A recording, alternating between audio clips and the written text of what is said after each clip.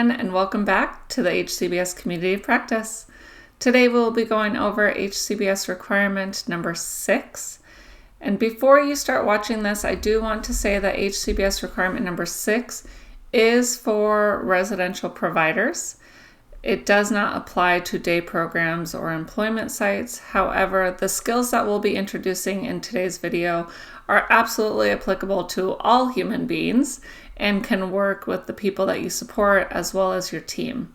So if you want to remain curious and stay on, I do recommend that you do, but please know requirement number 6 is specifically for residential providers. HCBS requirement number 6 really goes into a person's rights where they live, and we call it tenants' rights.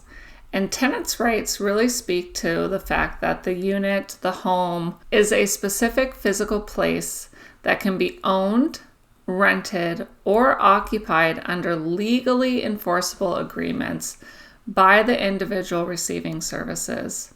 And that person, at a minimum, has the same responsibilities and protections from eviction that all tenants, all people have under a landlord-tenant law of the state, county, or city. So I know that's a mouthful. So simply put, as you'll see on the screen, it means that the person that you are supporting, the person with a disability, has the same rights and the same protections from eviction as other tenants. Depending on where you receive services, some regional centers are actually creating an admission agreement that they will be asking all of the residents to sign. And the agreement really is plain language stating that the person knows that they have the right to live in a clean home. They have a right to ask for things to be fixed if they are broken. So some regional centers may be reaching out to you with an admission agreement that they would like you to review with the people that you support and to sign it.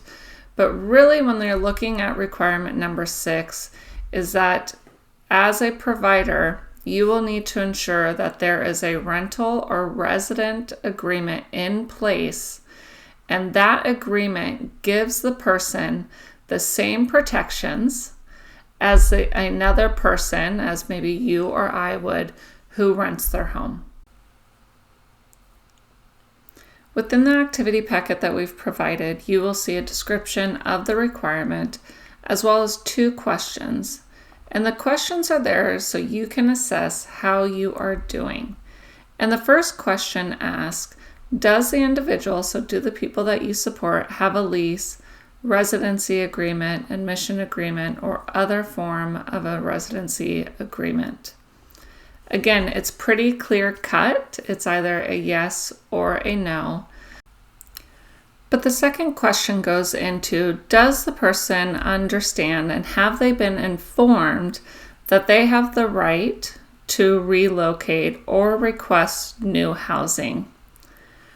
As a provider, you will want to ensure that A, you have an agreement, and then B, does the person truly understand their rights?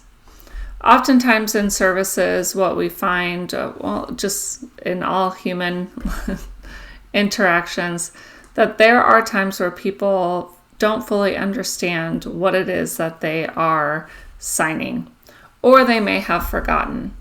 So the question is, how do we ensure that the people we support understand their rights, that this is their home, and they have the right to request new housing or relocate at any time?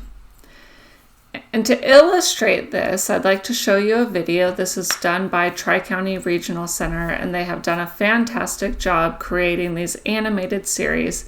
And I want you to watch the video and pay attention to what it would be like for you if you were living in this home and you were afraid of sharing something in fear of being kicked out.